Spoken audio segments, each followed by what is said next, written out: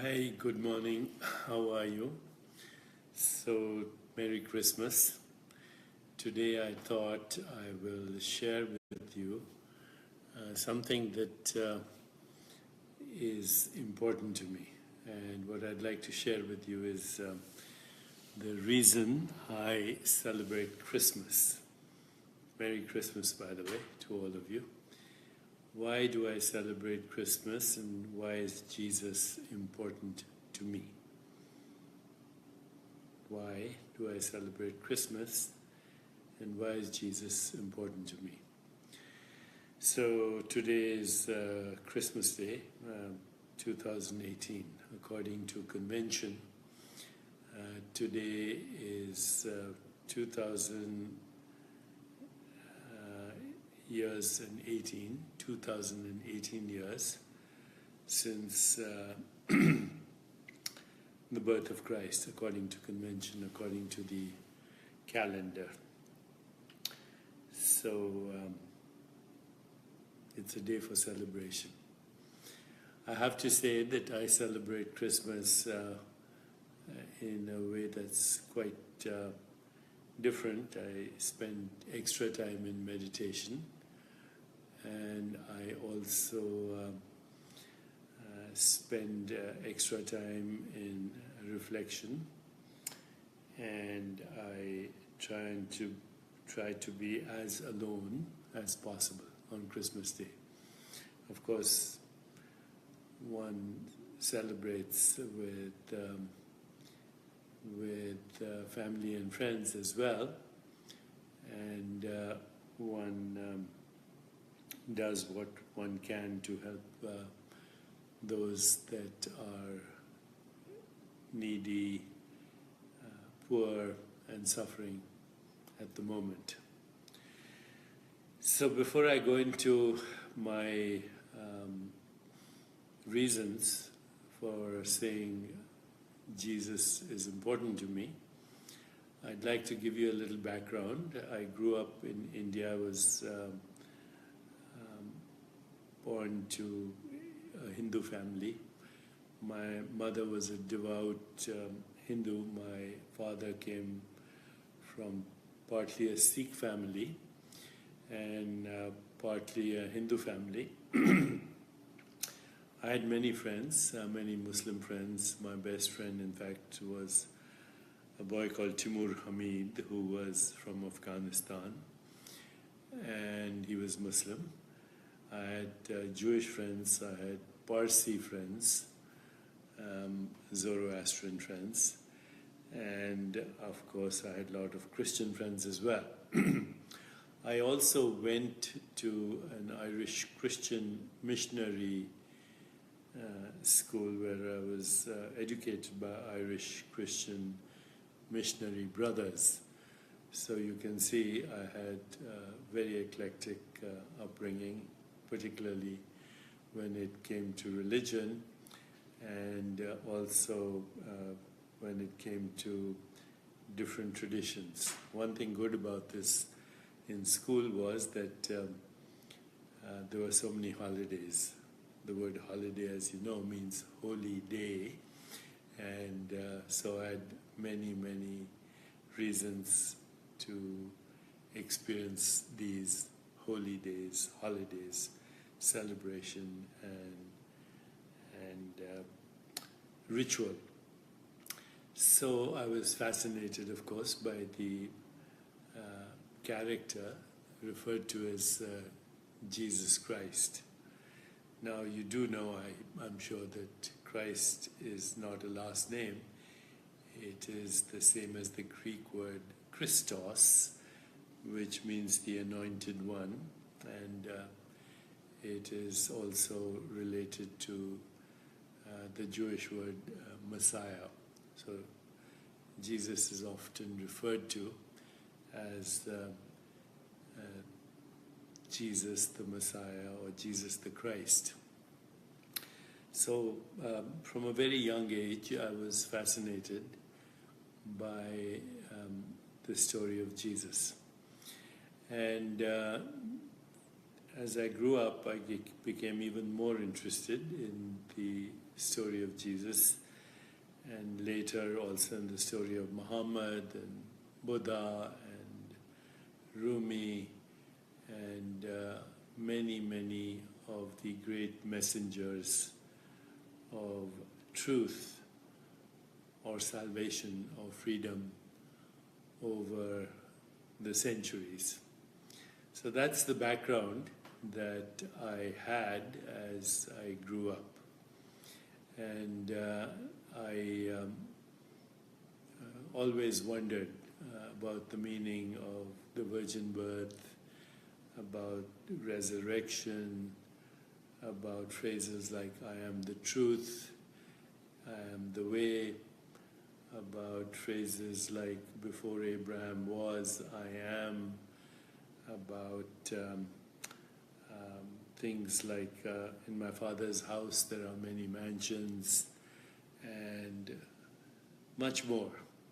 So I became fascinated by the similarities between the stories about Jesus and the stories that were part of other mythical traditions. Perhaps you know, and perhaps you do not know, that Krishna was considered to be born of a virgin birth, even though his mother had 5 previous children. That in fact, not only Krishna, but Buddha, Mitra, Horus, Dionysus, and many other divine births were considered to be of virgin birth. Also, the fact of resurrection is there in many other traditions as well. So here's my take.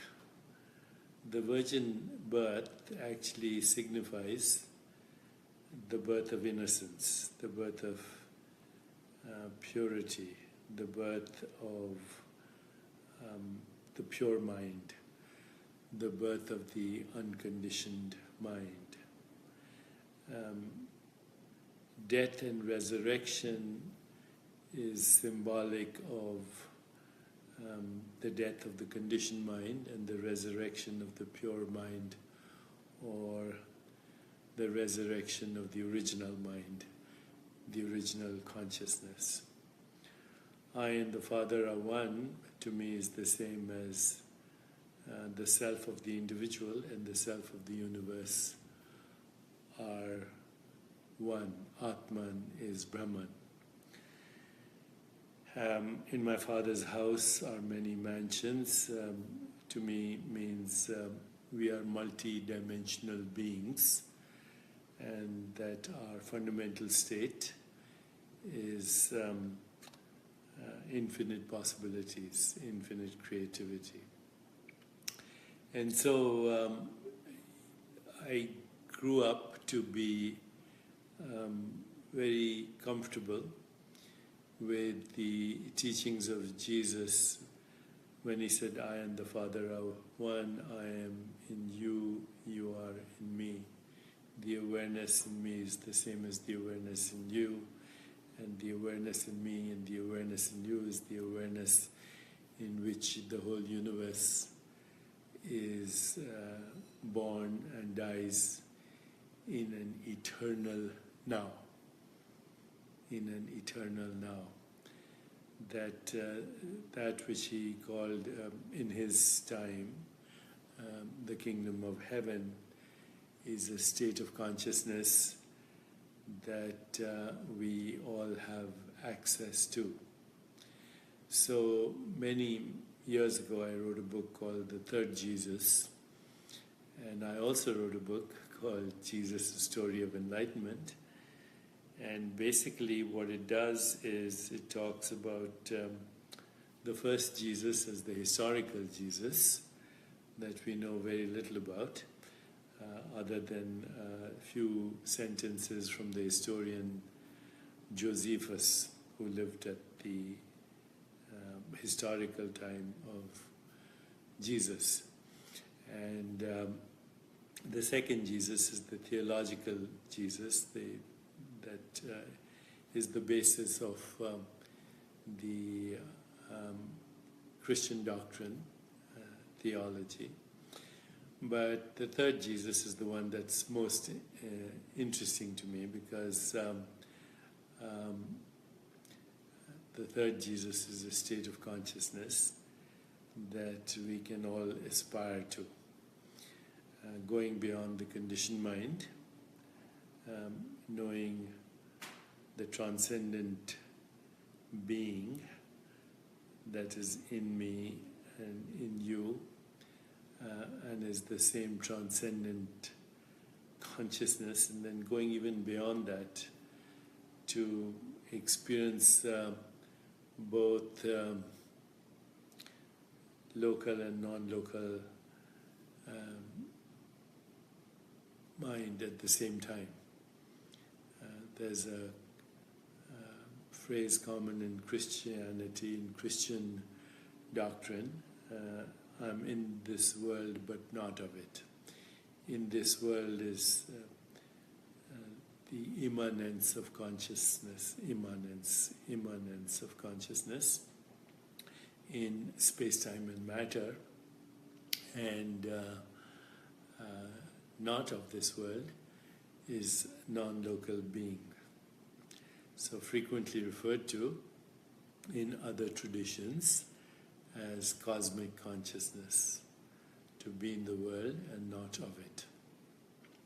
And then beyond that, divine consciousness, which is to see and experience witnessing awareness both in the subject and object of experience at all times.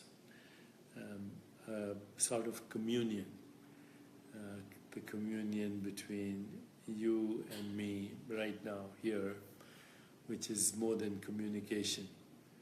It is the experience of being in communion with all beings, to see the divine in every object of experience and in every sentient being, and not only to see the divine, but also to experience the divine in every sentient being, and even in the objects of perception.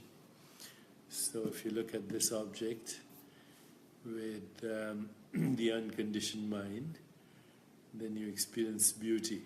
Beauty is nothing other than seeing yourself in a perceptual object. And if you see yourself in another person, and that is love. That is love. So divine consciousness is to see the divine, experience the divine in every object. I'm reminded of the silent sermon, the silent sermon where Buddha held a flower. He held a flower like this, and all his disciples were looking at the flower, and only one of them smiled. It was Ananda, and everybody was astonished that Buddha and Ananda seemed to be in communion and had some insight. So they went to Ananda and they said, "We all saw a flower. What did you see?" And Ananda said, "I saw the flower that you saw, but I also saw rainbows and sunshine and earth and water and wind and air. I saw the infinite void. I saw the whole universe in the flower," which is very similar to, if you've read people like William Blake, when they say to see the whole universe in a grain of sand, the whole world in a grain of sand, eternity in an hour. to see infinity in the palm of your hand. They're all speaking about divine consciousness. And then beyond divine consciousness is what is called unity consciousness, with the ever-present witnessing awareness in the subject of experience and the ever-present witnessing awareness in the object of experience all become one, and there is the realization that there is only one awareness. Of course, infinite conditioned minds experiencing infinite versions of the same reality, and that not only are these infinite minds part of the species of consciousness that we call human, but actually every sentient being from a caterpillar to a butterfly to a bat to an elephant to a giraffe to even a tree are all the same one infinite consciousness experiencing itself as a finite mind which is experiencing a finite ephemeral arising and subsiding of experience. So you see, Jesus has a lot to teach us through parable, through allegory, and the deeper understanding that what we call the physical world, even the physical body, are symbolic expressions of a conditioned mind, and the conditioned mind is a symbolic representation of an infinite mind, and that we are all fundamentally, as the ground of existence, we are all that infinite mind. So this is what Jesus also meant when he said, the truth will set you free. Free from what? Free from the conditioned mind. Free from what? Free from the self-imposed bondage of karma. So Jesus also said, I am the light of the world. You are the light of the world. And the light is obviously not photons. There was no such word in Jesus' time. The light is the light of awareness, which makes all experience possible. So as you look at this beautiful set of flowers that I'm holding in my hand, all that's coming to your eyes is photons. All that's going to your brain is electricity. All that's happening in your brain is electrochemical activity. But what you see is these beautiful flowers. What you see is a world full of color and light and sound and taste and smell and music and beauty. How does that happen? It is the light of awareness that makes that happen. The only light is the light of awareness, Prakash, or Jyoti. Jyoti, the light of being that suddenly makes the world manifest. That infinite being as unmanifest interacts with its own self and brings the whole universe into manifestation while remaining unmanifest within itself. So if we understand the symbolism with which Jesus spoke. And remember that he was very fond of parables, because parables or stories were the way to bring symbolism to light. Then we can understand the true message of Jesus. Also, when he said, love your enemies as yourself, I think it was very obvious that the enemy is in fact yourself, your own dark impulses, your own shadow self in a different uniform, in a different disguise. The body, mind being the disguise of me and the other, when in fact me and the other are the same being, the same consciousness, the one consciousness. Knowing that at the most fundamental level is to be in love, to know that love as unity consciousness is all there is. And here Priscilla is saying, I am the Alpha and the Omega, the beginning and the end, which reminds me of a very favorite quote of mine from Jesus, which is, before Abraham was, I am. I am is the infinite consciousness, which is not in time, and Abraham is the localized consciousness, which is in time. In fact, if you look at the original Aramaic, many people say when Jesus talks about salvation through him and he refers to himself as I am, the Aramaic word expression for that is Ena, the I within the I, the self within the self. So I hope this is a day of celebration for you. It doesn't matter if you're Christian or not. I don't think Christ himself considered himself a Christian. It doesn't matter what the words are. It matters what the meaning is.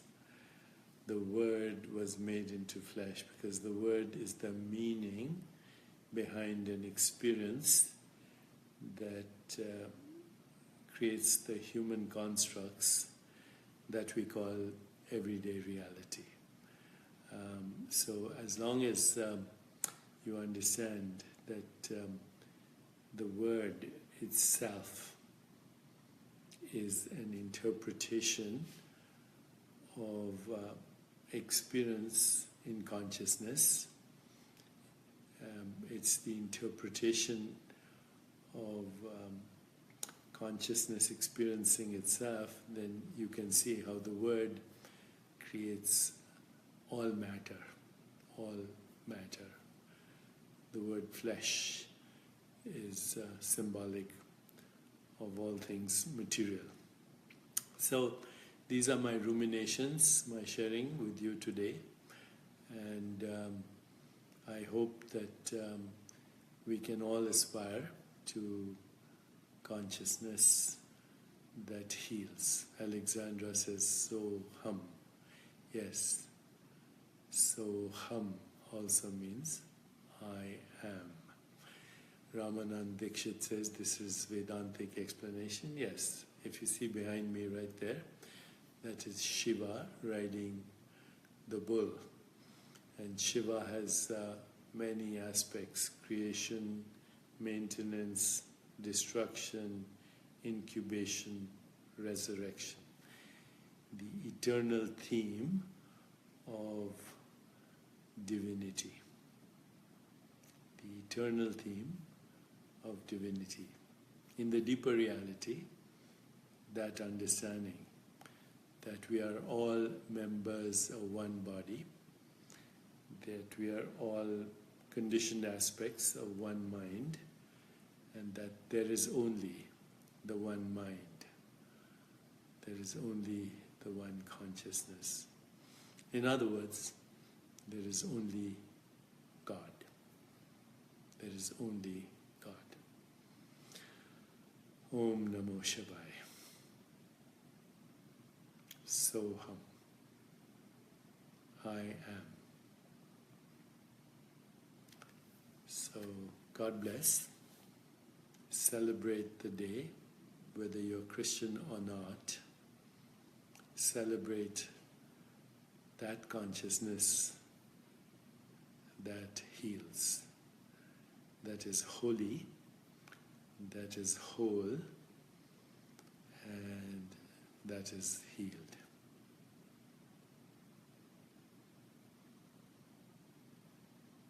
Merry Christmas.